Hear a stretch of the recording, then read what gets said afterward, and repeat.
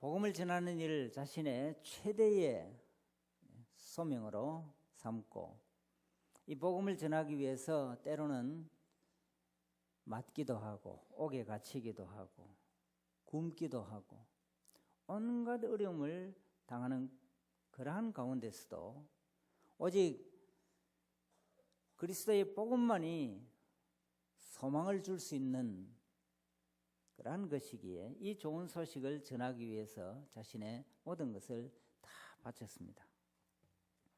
여러분, 복음을 전하는 그 일이 바울의 관심사고 그의 생애 전체였다고 한다면 오늘 우리도 이 복음을 전하는 일에 관심을 가지고 복음을 전하는 그 일이 우리의 꿈과 비전이 되어야만 할 것입니다. 제가 총장으로 있을 때에 참 귀한 분들을 참 많이 만났었습니다만은 그 중에 참 제가 아직까지도 기억에 남고 또 같이 지금도 동력하고 있는 집사님 한 분이 계십니다. 원래 장로님으로 이제 임직을 받았습니다. 부산에 계시는 분인데요. 이분은 아주 자수성가한 분이에요. 어릴 때 고아원에서 자라났고 그런데 하나님께서 은혜를 베풀어 주셔서 사업이 참 잘 되었었습니다. 뭐 몇백억 수출위는 대상 받는 이런 거 있죠. 그런 걸 받으신 분이신데 이분이 이제 저와 함께 사역을 하시면서 그분이 저에게 이야기를 하시기를 총장님, 저는 총장님과 함께 내 남은 생에 교회를 세우는데 100개 교회를 세우겠습니다. 와, 그런 꿈을 가졌어요. 제가 너무너무 놀랐었습니다. 100개의 교회를 세우겠다. 그래서 뭐 30억씩 이렇게 되는 교회를 세울 수 없잖아요. 물론 우리가 교회라고 할 때에 두세 사람이 주님 이름을 모일 때에 그 모임을 교회라고 합니다만은 그래도 그들이 모일 때는 공간이 있어야 되잖아요. 또 건물이 있어야 함께 예배할 수 있거든요. 근데 그런 건물을 세울 수는 없지만 예를 들어 선교지에 가면은 어떤 때는 아주 열악한 아프리카 지방에 가면은 한 1,500만 원 정도, 지금 동남아 같은 데는 한 3천만 원에서 한 5천만 원 정도면은 하나님 백성들이 모여서 적어도 한 100명 정도, 많게는 한 150명 정도 모여서 예배할 수 있는 그런 곳이니까 이분이 이제 어떤 데는 1,000만 원, 어떤 데는 2천만 원, 어떤 데는 3천만 원 이렇게 하면서 100개 교회를 세우겠다. 그래서 그동안 필리핀에도 교회를 세우고 아프리카, 탄자니아, 케냐 등에 교회를 세워왔었습니다. 참 하나님께서 참 기뻐하시겠죠. 여러분, 저는 이렇게 생각을 합니다. 우리가 살아가면서 아무 생각 없이 식사하고 이럴 때가 많이 있거든요. 근데 조금만 생각을 달리하면은 우리의 자녀들에게도 그러한 의식을 심어줄 수가 있습니다. 얘들아, 우리 이렇게 해서 100일 잔치하고 또는 칠순, 60회가 요새는 안 하지만 그렇게 하는 그런 때에 물론 우리가 그런 것도 해야 되겠죠. 그러나 조금 의식을 가지면은 조금 더 절약해서 이것은 우리 가족들이 우리 자녀들과 함께 우리 하나님 앞에 설 때에 적어도 이렇게 부족하지만 하나 참 추수를 마련하고 왔습니다. 이렇게 이야기를 할 수 있어야 되지 않겠냐. 그런 생각을 많이 가집니다.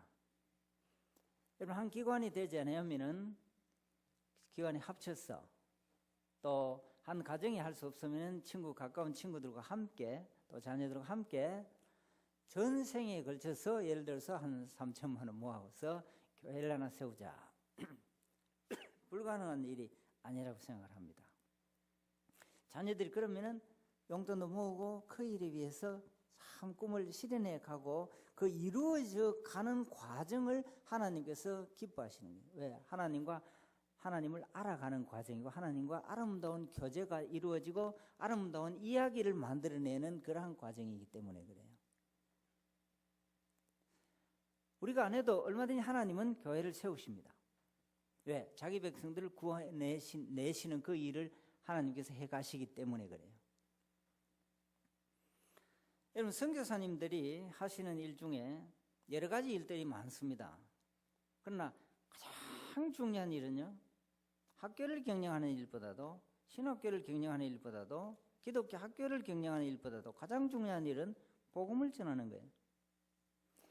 복음을 전해서 믿는 자들의 숫자가 늘어나면은 어떻게 되겠습니까? 교회가 세워져요. 그러면 신학교라는 것은 언제 세우느냐? 이 교회가 많아지니까 이제 이들을 영적으로 말씀을 먹일 사역을 할 그런 지도자들이 필요하니까 그 다음 뭐 하는 거예요? 신학교를 세워서 지도자를 양성하는 것이에요.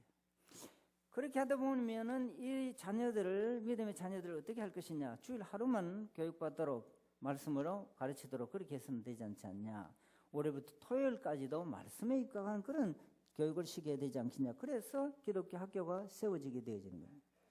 교회가 없이 신학교, 교회가 없는 기독교 학교 생각할 수 없는 일이에요. 언약의 자녀들의 공동체는 그러하단 말입니다. 이런 의미에서 생각해 보면은 물론 많은 부족함들을 모든 선교사들이 다 가지고 있지만 저는 개인적으로 여러분들이 후원하고 있는 까따난의 교회를 세우고 했었죠. 우리 김작선 강정인 선교사님 보면은 참 존경을 합니다. 왜? 참 싱글 선교사님들이 30년에 걸쳐서 더운 데서 가보면 얼마나 더운지 몰라요. 그런 가운데서 모든 것 다 바쳐서 그곳에 생활하면서 32개의 교회를 작년까지면 32개의 교회를 세웠었거든요. 교회 숫자가 중요한 것은 아니에요. 물론 그러나 그런 가운데서 부족하지만 하나님을 믿는 자들이 모여서 하나님을 함께 찬양하는 예배하는 그런 놀라운 일들이 일어나게 되어지는 거예요. 그렇기 때문에 제가 한 10여 년 동안 그 두기가라오에 가서 봉사를 하고 했었어요. 여러분들 이런 비전을 가지면은 여러분 가운데도 제가 잘 모릅니다만 개인적인 그런 교제가 없습니다만 또 아프리카에 가셔서 선교하시는 그런 우리 집사님도 계시대요. 문 집사님과. 그럼 상의하시면은 아직까지도 얼마든지 3천만 원 정도의 교회를 세울 수 있는 그러한 일들을 얼마든지 할 수 있다는 거예요. 비전을 가지면, 꿈을 가지면은. 우리 마산제일교회 여러분 성도님들 가정에 자녀들에게 하나님께서 복을 주셔서 물질의 복도 주셔서 여러분들의 자녀들을 통해서 주님의 몸된 교회가 지구촌에 많이 세워질 수 있기를 진심으로 소원합니다. 이것이 여러분 자녀들의 꿈이 될 수 있기를 진심으로 소원합니다.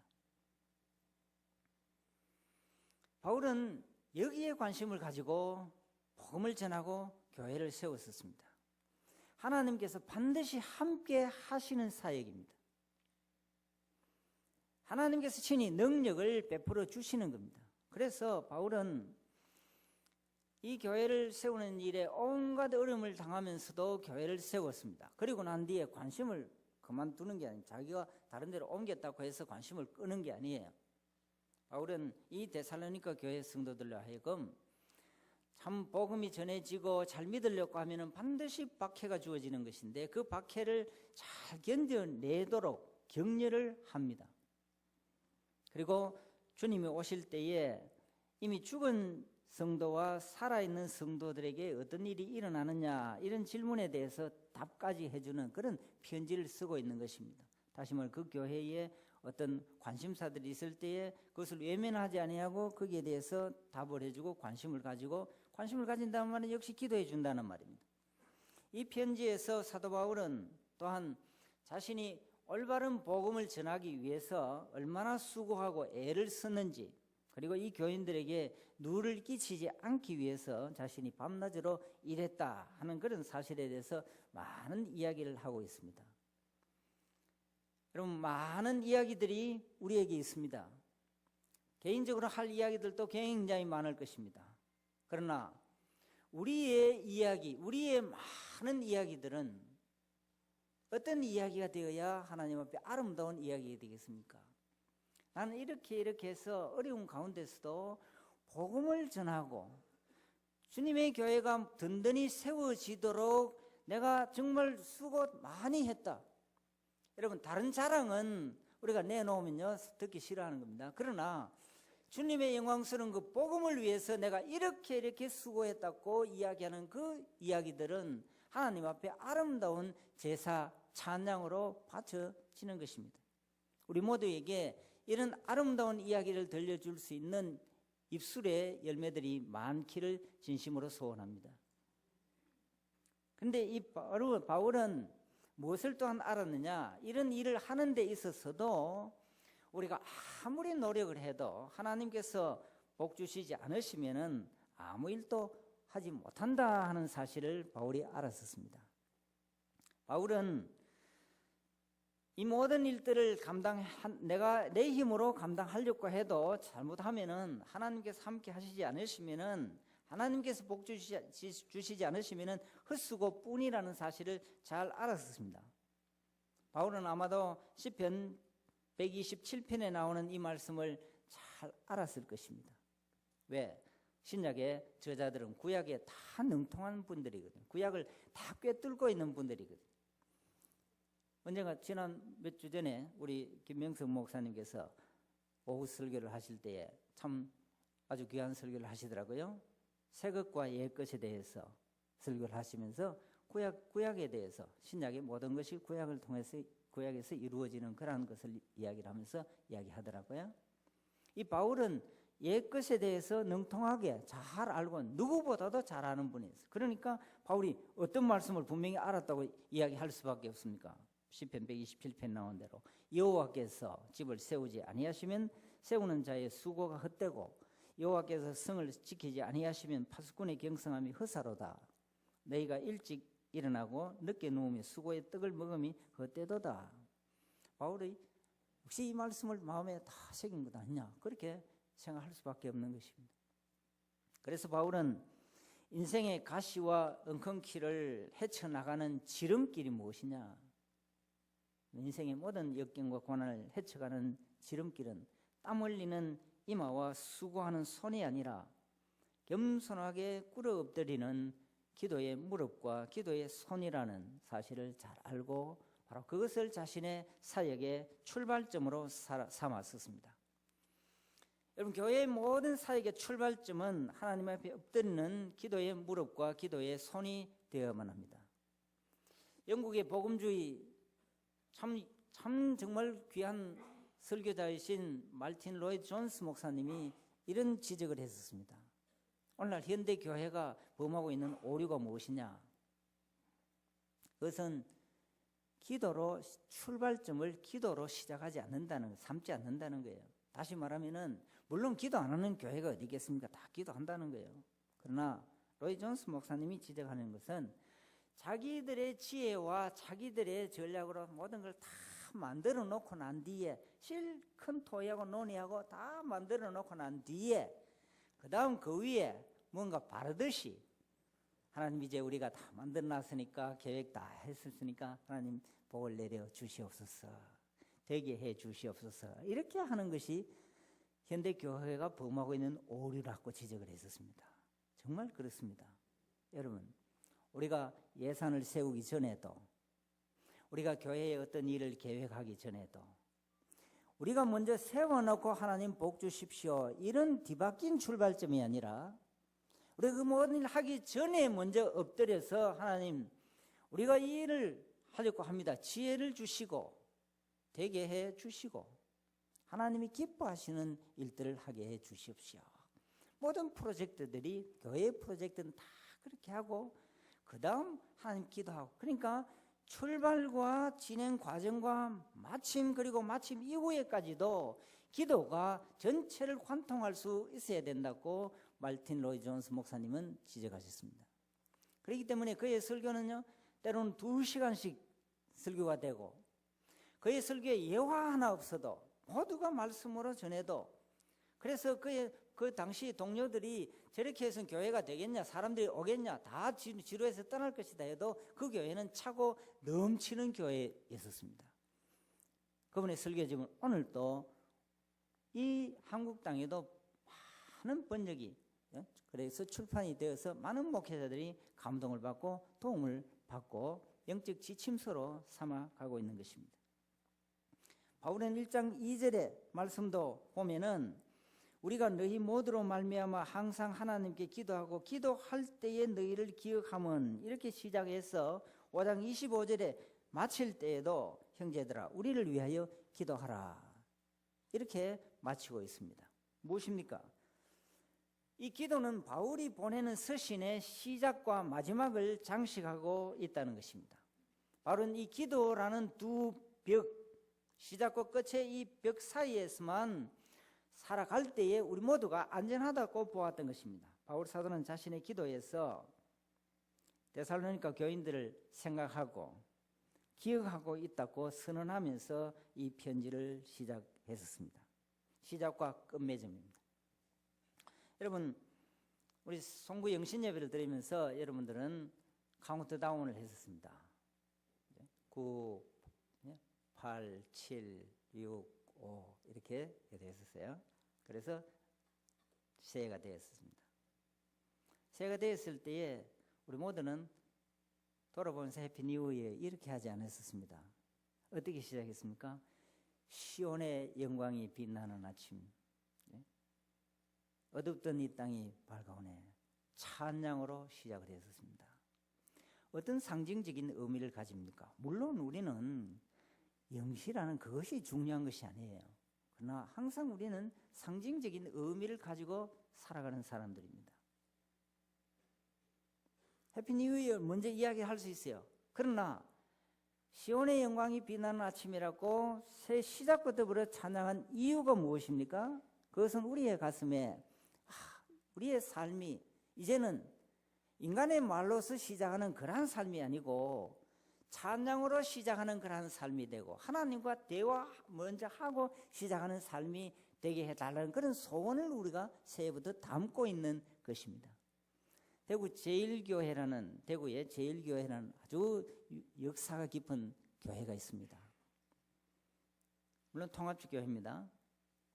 근데 그 교회의 이상근 목사님께서 오랫동안 봉사를 했었습니다. 참 아주 주석도 많이 쓰신 한국 교회의 참 위대한 그러한 참 존경할 만한 그러한 설교자이십니다. 이상근 목사님의 이야기가 있습니다. 생활 신조가 있습니다. 그분은 어떤 신조를 가지고 평생을 살았느냐?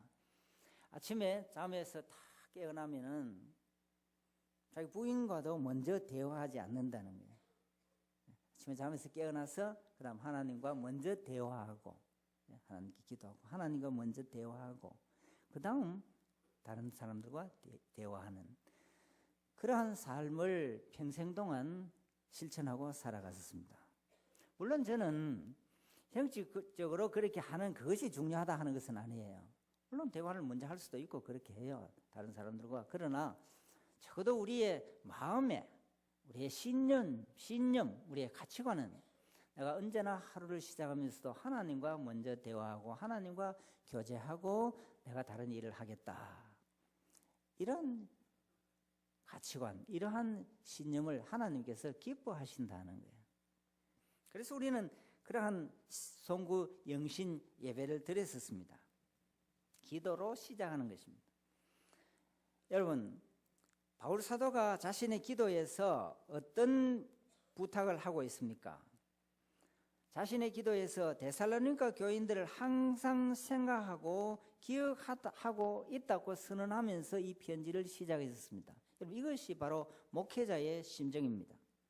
참된 목회자는 항상 자신의 기도에서 성도들을 기억한다는 사실을 성도 여러분들은 알아야만 합니다.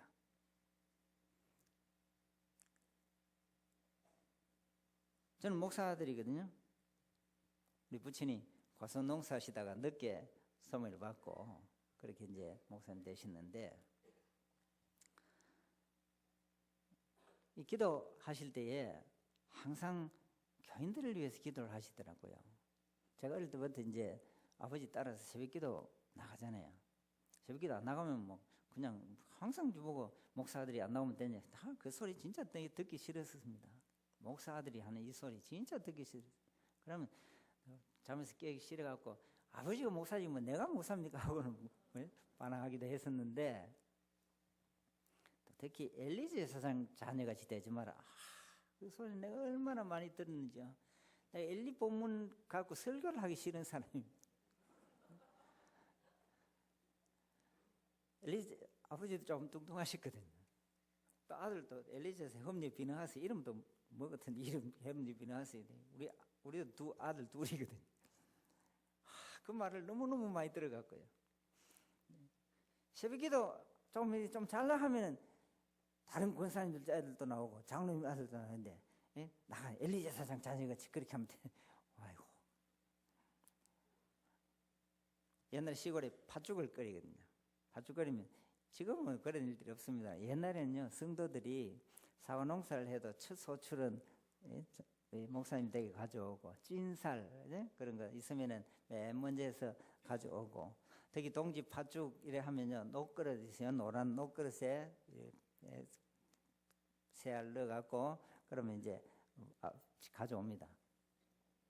그러면 아버지 신방 가시고 어머니 신방 가시고 하니까 동생하고 저하고 둘이 밖에 놀다가 들어와서 배고프니까 밥도 안 넣어놨으니까 둘이서 그냥 먹고 팥죽이 있으니까 먹고 잡니다. 자다 보면은 우리 어머님 제 위에 올라가갖고 막 때리면서 말이지, 뭐 엘리제 사장 자녀같이 하지 말라 했는데 뭘 엘리제 사장 같이 했냐고 하니까, 교인들이 팥죽을 가져오면은 아버지가 성도들 위해서 기도하고 그 다음 먹어라 이러면 먹어야 되지, 왜 갈고리로 먼저 건져 먹냐 이래.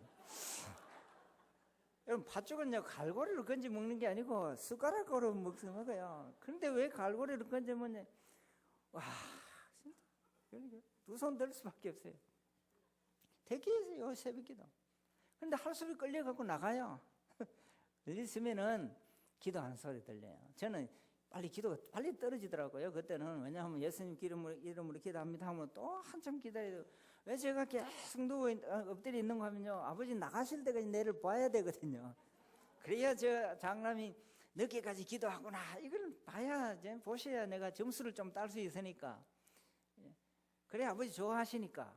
그 아버지 좋아하도록 하려고 잠깐 엎드려서 계속 기도하다가 안 나가시고, 몇 번을 예수님 이름으로 기도합니다 하는 몇 번을 하는지 몰라요. 그런데 그때 기도 소리가 들리더라고요. 어떤 소리가 들냐, 성도들 위해서 일일이 다 기도하시더라고요. 그런데 특히 어려운 성도들, 사업에 실패하고 건강에 어려움이 있는 그런 성도들 위해서 다 기도하시더라고요. 그래서 참 목회자는 저렇게 기도하는구나 이렇게 내가. 그 다음에 이제 우리 자녀들 위해서 새벽기도 때 한번 또 이야기를 하겠습니다만은, 자녀들 위해서 다 일일이 아주 구체적으로 그렇게 기도하시더라고요. 여러분, 이것이 목회자의 심령입니다. 저는 마산제일교회가 앞으로 귀한 목사님을 청빙하시려고 준비를 하고 있는데, 여러분들이 기도 많이 하시고, 참 여러분들을 위해서 정말 어려움을 당하는 그러한 성도를 위해서 기도해주는 그런 귀한 목사님을 청빙할 수 있는 복을 누리시기를 진심으로 소원합니다. 그러기 위해서는 여러분들이 기도해야만 하는 것입니다. 기도 없이 이루어지는 일이 없으니까요. 그리고 이 바울은 이 편지를 마치면서 이런 기도를 합니다. 형제들아, 우리를 위해서 기도해달라. 여러분, 자신은 교인들을 위해서 기도하고 해야 하고, 교인들은 바울을 위해서 기도해야 한다는 것입니다. 목자는 양떼를 위해서 기도해야 하고, 양떼는 목자를 위해서 기도해야 한다는 것입니다. 성도 여러분, 어떤 교회가 좋은 교회입니까? 좋은 교회는요, 목회자는 성도들을 위해서 기도하고, 성도들은 목회자를 위해서 진심으로 기도해주는 그 교회가 정말 좋은 교회입니다. 바울은 확신하기를 자신이 기도라는 보호의 날개를 교인들을 향해서 펴줄 수 있을 그때에 우리 교인들이 안전할 것이다 이렇게 믿고 있었습니다. 그리고 교인들 역시 목회자를 향해서 기도라는 보호의 날개를 펴줄 때만 자신이 안전할 수 있다고 믿었던 것입니다. 여러분, 목회자가 영적인 힘을 가질 수 있는 것은 설교자가 영적인 힘을 가질 수 있는 것은 성도들이 목회자를 위해서 열심히 기도해 줄 때입니다. 저 설교자로 와 있는데 제가 모든 걸 어떻게 잘 할 수 있습니까? 제가 다 몰라요. 여러분 사정도 내가 다 몰라요. 그러다 보면은 제가 실수할 때도 있고 또 상처를 줄 때도 있을 것이에요. 그러나 제 동기가 그런 것은 없어요. 그러니까 여러분들이 참 저 철없이 와서 아무것도 모르고 와서 참 말 한 번 안 해 이렇게 하지 마시고, 예를 들어서 말씀을 전하는 자이기 때문에 영적인 힘을 가질 수 있도록 기도해 달라는 것이 제가 여러분들에게 드릴 수 있는 요청입니다. 저는 여러분들을 위해서 기도합니다. 여러분 저를 위해서 얼마나 기도하는지 잘 모르겠어요. 그런 기도 많이 안 해주시겠습니까? 특별히 이러한 때에 여러분들은 우리 부목사님들 위해서 기도 많이 하셔야 됩니다. 우리 김원 목사님, 김명선 목사님, 김동욱 목사님, 이 세 분들이 참 담임 목사님 청명하는 그 기간 동안에 얼마나 짐이 무겁겠습니까?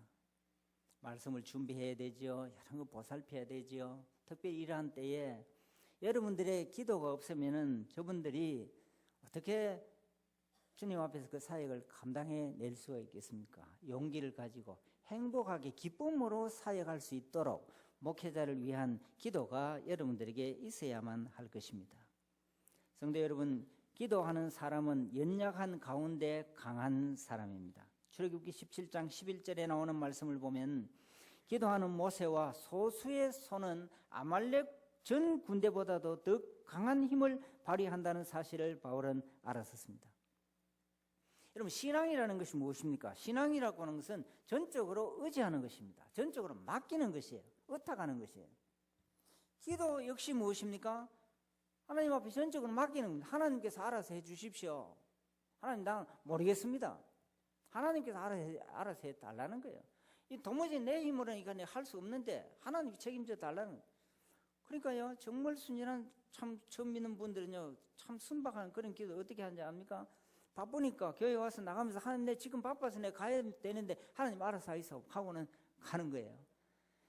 여러분, 저는 말에 유수한 그런 게 참 화려한 미사여구를 쓰는 그런 기도보다도 하나님 내가 바빠서 가는데요, 알아서 하나님 해주십시오. 눈물 흘리면서 하나님 앞에 맡기는 그 기도가 아름다운 기도라고 생각합니다. 하나님께서 그 기도를 들어주실 것입니다. 하나님 알아서 해주십시오. 나는 정말 모르겠습니다. 그것은 전적으로 하나님의 도우심만을 구하는 것입니다. 전적으로 맡기는 것입니다. 신앙도 역시 그러하고 기도가 역시 그러한다고 한다면은 우리는 어떤 이야기를 할 수 있겠어요? 신앙의 힘이라고 하는 것은 바로 기도의 힘이라, 그렇게 말할 수 있는 것입니다. 신앙이라고 하는 것은 더 기도의 생활로 나타나야 하는 것입니다. 그래서 신앙이 자란다는 것은 기도의 두 손을 모으는 것을 배워간다는 것을 의미하는 것입니다. 기도의 생활이 없으면서 신앙이 성숙해지고 있다, 그렇게 말하는 것은 어불성설입니다. 인자가 올 때에 세상에서 믿음을 보겠느냐? 이 종말론적인 질문은 다른 말로 표현하면 주님이 오실 마지막 때가 되면은 기도하는 손길을 하나님께 맡기면서 기도하는 그 손길을 볼 수 있겠느냐 하는 말로 바꾸어 표현할 수 있는 것입니다. 왜 그러냐? 마지막 때가 되면요, 지식이 많아지고 과학기술이 발달하고 그렇게 하니까 모든 것이 자신들의 힘으로 하려고 하는 것입니다. 자연재해도 극복하는 것도 모두 우리의 노력으로, 우리의 과학적인 방법으로 해결할 수 있다고 보는 것이 오늘날 현대인들의 인간주의 사고방식입니다. 그래서 마지막 때가 되면 하나님께 기도하는 손길이 없다는 거예요. 인간의 지혜, 인간의 노력, 내가 하면 되고, 조직도 내가 갖추고, 수단과 방법도 내가 만들어야 되고, 때로는 정치하기도 하고, 그래서 기도하지 않는다는 것입니다. 신자들의 모임인 신앙 공동체는 기도의 모임이 되어야만 합니다. 모일 때마다 함께 기도하고 기도의 불길이 타올라야만 하는 것입니다. 그런데 우리의 기도 생활에 있어서 특별히 필요한 것이 무엇이냐? 반드시 해야 하는 것이 중보의 기도입니다. 형제들아, 우리를 위하여 기도하라고 기도의 요청을 하고 있습니다. 바울은 이 기도 요청에서 그런데 실제로 무엇을 기도해 달라고 요청하고 있습니까? 그것은요, 다른 것이 아니에요. 건강을 위해서 하는 것도 아니고, 바울의 관심사는 이미 말씀드린 대로 복음이라는 것이에요. 복음의 비밀을 담대히 전할 수 있도록 해달라는 거예요. 복음의 걸림돌이 되지 않도록 기도해 달라는 겁니다. 전도의 문이 열릴 수 있도록 기도해 달라는 것이에요.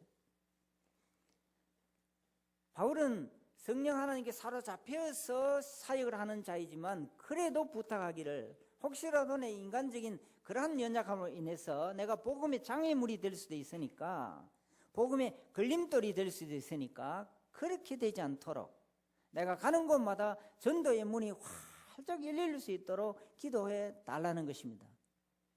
여러분, 이것이 바로 우리의 간구여야 합니다. 하나님, 내가 사업을 할 때도, 내가 친구를 사귈 때도 복음의 걸림돌이 되지 않게 해주시고, 내가 가는 곳마다, 우리 자녀들이 가는 곳마다 전도의 문이 활짝 열리도록 하나님 은혜를 베풀어 달라고 기도하는 것, 이것이 하나님께서 기뻐하시는 기도라는 것입니다. 우리 자녀들도 이런 기도할 수 있기를 진심으로 소원합니다. 사랑하는 성도 여러분, 우리 마산제일교회가 은혜와 사랑이 넘치고 그리스도의 영광스러운 복음을 능력 있게 증거할 수 있는 좋은 교회가 될 수 있기를 다 원하시겠죠. 그렇다고 한다면 기도의 불길이 지펴져야만 합니다. 그 지펴진 기도의 불길이 훨훨 타올라야만 할 것입니다. 참 좋은 목사님 모실 수 있도록 모든 교인들이 기도해야만 할 것입니다. 좋은 목사님 모시고 모든 성도들이 복음의 비밀을 담대히 전할 수 있도록 기도해야만 할 것입니다. 또한 교회의 모든 기관들이, 어떤 기관들이든지 간에, 주일학교 기관들로부터 시작해서 노인들에 이르기까지 모든 기관들은 복음을 전하는 일에 최선을 다해야만 할 것입니다. 복음의 걸림돌이 되지 않도록 기도해야만 할 것입니다. 그리고 우리가 가는 걸음마다 전도의 문이 활짝 열리도록 우리의 자녀들을 위해서도 기도하고 성도들이 서로를 위해서 기도해주는 아름다운 교회가 되어야 할 것입니다. 여러분들이 이때에 진심으로 정말 하나님 앞에 엎드리고 매달려야 하는 것은요, 간구해야 하는 것은, 우리 교회가 지금 어려움을 당하고 있지만 이 어려움이 이웃을 향해서 복음의 문을 가로막는 장애물이 되지 않도록 하나님 간섭해 주십시오. 하나님 성령께서 역사해 주시고 우리의 입술도 주장해 주시고 우리의 모든 것 다 성령 하나님께서 주장해 주셔서 다른 건 몰라도 우리의 어려움 당하는 이 어려움이 복음의 걸림돌이 되지 않도록, 이웃이 이 교회를 향해서 손가락질하지 않도록 전도의 문이 활짝 열릴 수 있도록 여러분들은 엎드려야만 할 것입니다. 새벽 기도에 여러분들이 많이 나와서 다른 어떤 것보다도 이를 위해서 기도할 수 있기를 소망합니다. 그렇게 하면은 하나님께서 모든 일들을 다 형통하게 인도해 주실 것입니다. 이렇게 성령의 능력이 역사하고 은혜가 넘치는 복된 교회가 될 수 있기를 진심으로 소원하며 축복합니다. 이제 성찬 예식을 거행하겠습니다.